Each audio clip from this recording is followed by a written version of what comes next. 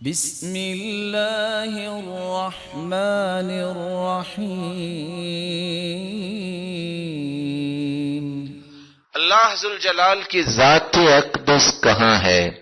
اللہ تعالیٰ نے سورۃ طٰہٰ کی آیت نمبر 5 میں ایک حقیقت کھولی ہے، الرحمن علی العرش استوى،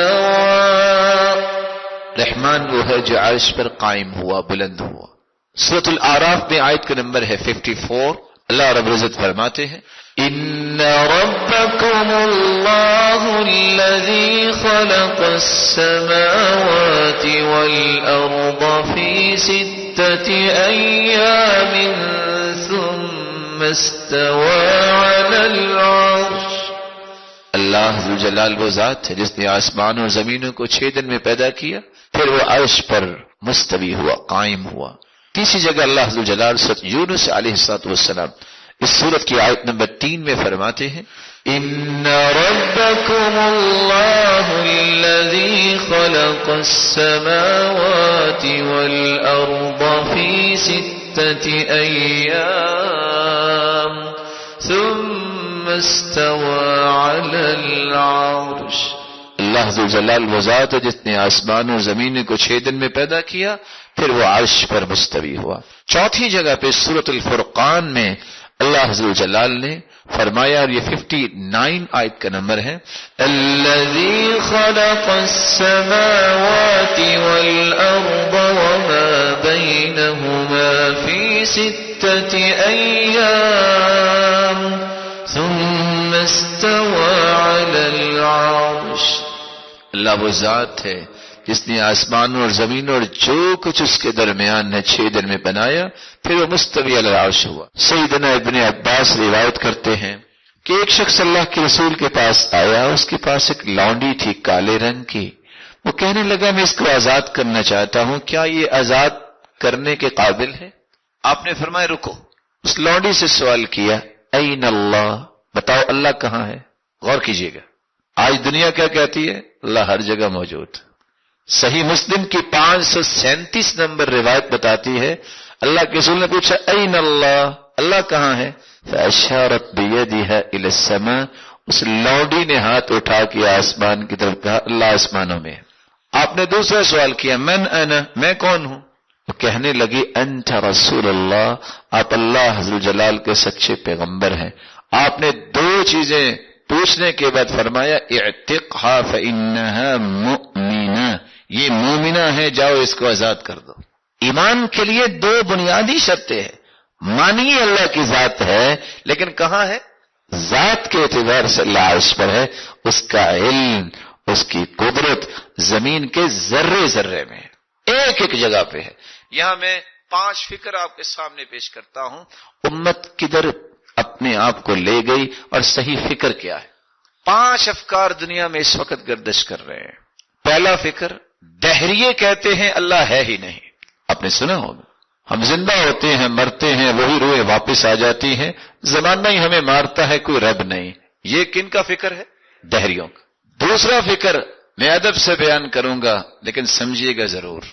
کچھ لوگ کہتے ہیں کہ اللہ ہے لیکن آدم کی شکل میں تھا، اس لیے فرشتوں نے آدم کو سجدہ کیا، آدم کو نہیں، حقیقت میں اللہ کو ہی کیا۔ مولانا روم جس کو آپ جانتے ہیں، مثنوی رومی میں یہی کچھ بیان کرتا ہے، اس لیے شاید آپ نے سنا ہوگا علامہ احسان الہی ظہیر کبھی کہا کرتے تھے او بدبخت رومی تم مجھے کہاں یاد آئے۔ وہ کیوں کہا کرتے تھے کہ رب کے بارے میں فکر صحیح ہونا چاہیے، آدم نہیں ہے اللہ تعالیٰ، آدم اللہ کی مخلوق ہے۔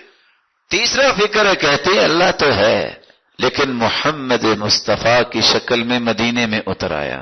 دیوانے فرید آپ پڑھیں، جو فرید نے لکھی ہے پاک پتن کے جو لوگ جانتے ہیں، اس میں یہی کچھ لکھا ہے۔ چوتھا فکر جو دنیا میں گردش کر رہا ہے کہ اللہ تو ہے لیکن انسانی شکل میں ہمیں نظر آ رہا ہے، یہ سارے کے سارے اللہ تعالیٰ کے عکس نظر آتے ہیں۔ شمائل امدادیوں میں جو امداد اللہ مہاجر مکی نے یہی کچھ بیان کیا۔ 5واں فکر جو ہے وہ ابن عربی کا فکر ہے کہ اللہ ہر چیز میں ہے، ہر جگہ میں ہے۔ یہ حلولیہ کا جو اصول ہے وحدت الوجود کا، کہ سب چیز اللہ ہے. لوگ کہتے ہیں نا کسی کا دل نہ دکھانا، دل میں اللہ رہتا ہے. یہ اللہ کی بہت بڑی توہین ہے، اور میں آپ کے سامنے وہ بات بیان نہیں کر سکتا جو کتابیں لکھتی ہیں.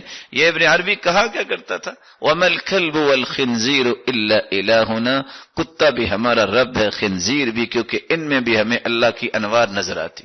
کیا کسی مسلمان، کسی دانش مند کی زبان سے یہ بات نکل سکتی؟ ہم کیا کہتے ہیں جو قرآن کہتا ہے؟ ہم کہتے ہیں اللہ کی ذات ہے، وہ عرش پر مستوی ہے، اور وہ مخلوق سے جدا ہے، اور اس کا علم، اس کی قدرت دنیا کے ذرے ذرے میں. صحیح بخاری کی روایت ہے، لوگوں مجھ پر اعتماد کیوں نہیں کرتے، حالانکہ میں تو آسمان والا جو آسمانوں میں رب ہے اس کا بھی اعتبار والا نبی ہوں، اور آسمانوں سے ہی میرے پاس خبر آتی ہے. ہم جب ہاتھ اٹھاتے ہیں تو کدھر اٹھاتے ہیں؟ کیوں؟ اللہ تو ہر جگہ موجود ہے، تو ایسے بھی کر لینا چاہیے. کوئی کرتا ہے؟ اور آپ سن کے یہ اور پریشان ہوں گے جب ایک شخص جس کا عقیدہ درست نہیں تھا اس کو کہا تم سبحان ربی الاعلیٰ کیوں نہیں کہتے ہو کہ رب جو بلند ہے میں اس کی پاکی بیان کرتا ہوں، تو ظالم کو بجائے اس کے کہ ہوش آتی تو کہتا ہے آئندہ سے میں پھر سبحان ربی الاسفل کہہ دیا کروں گا. جب ضد آ جائے، جب انسان محروم اللہ کی رحمت سے ہو جائے تو کیا کریں گے؟ کبھی کسی نے ایسے دعا مانگی ہے؟ کیوں جب کسی کو کوئی مارتا ہے تو اچانک سے نظریں اٹھتی ہیں تو کدھر؟ الیہ یصعد الکلم الطیب، پاکیزہ کلمات اس کی طرف چڑھتے ہیں. کس کی طرف؟ اللہ آسمانوں میں ہے، عرش پر مستوی ہے. اگر ہر جگہ موجود ہے تو اس آیت کا معنی کیا ہوگا؟ اس لیے رسول اللہ صلی اللہ علیہ وسلم نے فرمایا ينزل ربنا تبارک وتعالی کل لیلۃ الى السماء الدنیا، اللہ ہر رات، صحیح بخاری مسلم کی روایت ہے، آسمان دنیا کی طرف نزول فرماتے ہیں. اگر وہ زمین میں ہو تو نزول کا کو معنی سمجھائے گا؟ کیسے فرماتے ہیں؟ جیسے اس کی شان کو لائق. اس لیے امام ابو حنیفہ رحمۃ اللہ علیہ کہا کرتے تھے من لم یقر ان اللہ علی العرش فقد کفر، جو شخص اس بات کا اقرار نہیں کرتا کہ اللہ تعالیٰ عرش پر ہے وہ کافر ہو جاتا ہے. کیونکہ اللہ تعالیٰ نے فرمایا ہے الرحمن علی العرش استوى، رحمان عرش پر مستوی ہوا، وعرشہ فوق 7 سماوات، اور اللہ کا عرش 7 آسمانوں کے اوپر ہے. اور دوسری روایت بھی کتاب العرش میں امام ابو حنیفہ سے ہی ہے، وہ بیان کرتے ہیں ابھی کہ انہوں نے کہا من انکر ان اللہ فی السماء فقد کفر، جس نے انکار کیا کہ اللہ آسمانوں میں نہیں وہ کافر ہو جائے گا. امام مالک کے پاس ایک شخص آ گیا، کیف استوى، اللہ مستوی کیسے ہوا؟ امام مالک ایک محدث ہے، راوی کہتے ہیں فما رأيت مالكا وجد في شيء كموجدته من مقالته، آج تک اتنے ناراض ہم نے نہیں دیکھا امام مالک کو جتنے اس دن ناراض ہوئے اور ان کے پسینے چھوٹ گئے. لوگ خاموش ہو گئے کہ یہ کیا ہو گیا، اور دیکھنے لگے کہ امام مالک کیا کہیں گے. امام مالک اس دن ٹھہرے فقال الکیف غیر معقول والاستواء منه غیر مجهول، یہ تو ہمیں پتا ہے کہ اللہ مستوی علی العرش ہے کیونکہ قرآن نے کہہ دیا، لیکن یہ ہمیں معلوم نہیں کہ وہ کیسے ہوئے، جیسے اس کی شان کو لائق ہے. والایمان به واجب، اس پر ایمان لانا واجب ہے. والسؤال عنہ بدعہ، اور اس کے بارے میں سوال کرنا بدعت ہے. وانی اخاف ان یکون ضالا، مجھے ڈر ہے کہ سوال کرنے والا کوئی گمراہ ہے.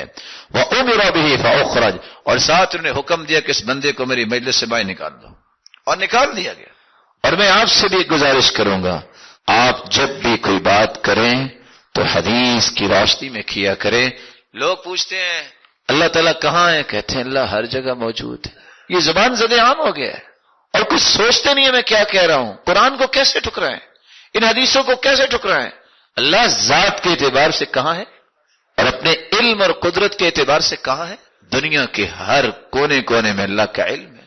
اور لوگ قسم اٹھاتے ہیں میں اللہ تعالیٰ کو حاضر ناظر جان کے قسم اٹھاتا ہوں، یہ قسم ٹھیک نہیں ہے. میں اللہ عز و جلال کو اپنا خالق و مالک مان کے یہ قسم اٹھاتا ہوں، یہ کہیں. حاضر ناظر کا مطلب یہ ہے کہ اپنی ذات کے اعتبار سے بھی حاضر ہے. بات وہ کرو جو قرآن میں آئی ہے، جو حدیث میں آئی ہے.